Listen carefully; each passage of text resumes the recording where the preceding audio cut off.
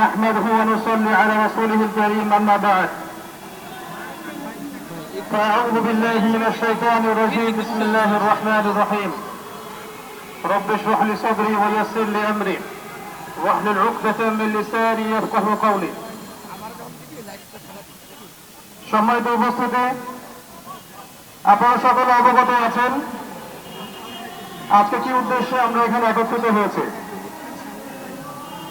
আমরা কখনোই বাংলাদেশের সাম্প্রদায়িক সম্প্রীতির বিরুদ্ধে নই, কিন্তু বাংলাদেশের 90% মুসলিম রাষ্ট্রের মধ্যে যখন দিনে দুপুরে আমাদের একজন মুসলিম ভাইকে কুপিয়ে জবাই করে হত্যা করা হবে, তখন আমরা পশ্চিম কালেও চুপ করে বসে থাকবো না ইনশাআল্লাহ।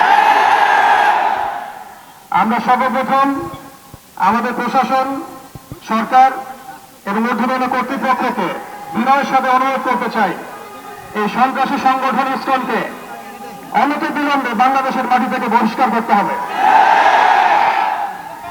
এই জঙ্গি যুদ্ধের ভয়ের খেলা অনেক হয়েছে, বাংলাদেশের মুসলিম শান্তিকামী মুসলিম, কিন্তু এমন কোন পদক্ষেপ আপনারা নিতে যাবেন না বা ভুল করবেন না যাতে বাংলার তাওহীদি জনগণ আবারও জেগে ওঠে।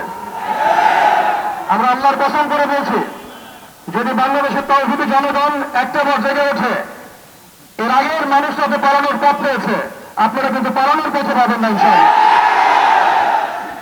আমরা উগ্রতার পথ বেছে নেব না, আমরা শান্তির পথ বেছে নেব ঠিকই, আমরা ধৈর্য দেব ঠিকই, কিন্তু আর কতজন ভাই মারা গেলে আমাদের হুঁশ ফিরবে? আর কতজন ভাই মারা গেলে আমাদের হুঁশ ফিরবে? কর্মকাণ্ডের তীব্র নিন্দার প্রতিবাদ জানানোর পাশাপাশি আমরা এর উপযুক্ত বিচার দাবি করি। এখানে অনেক মুরব্বীকেরাম আছেন, আমি ছোট মানুষ, বেশি কথা বলতে যাচ্ছি না।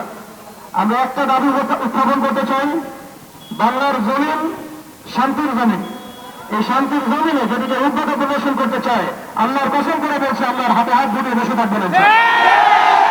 আলহামদুলিল্লাহ রাব্বিল আলামিন, আসসালামু আলাইকুম ওয়া রাহমাতুল্লাহি ওয়া বারাকাতুহু।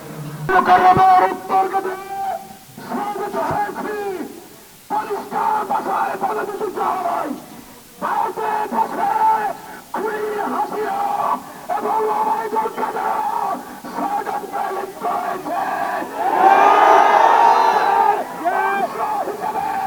বাংলাদেশে স্কুলকে তারা ব্যবহার করে বিশৃঙ্খলা সৃষ্টি করতে চায়। সেই হিসাবে অ্যাডভোকেট সাইফুল ইসলাম আলিফকে তারা নির্মমভাবে প্রকাশ্যে আদালত চত্বরে হত্যা করেছে। আমরা পরিষ্কার বলে দিতে চাই, হেফাজতে ইসলাম শান্তিপূর্ণ কর্মসূচি পালন করছে। যদি আমাদের কেন্দ্রীয় নেতৃবৃন্দ ঘোষণা করে সারা দেশে প্রতিবাদের আগুন জ্বলবে,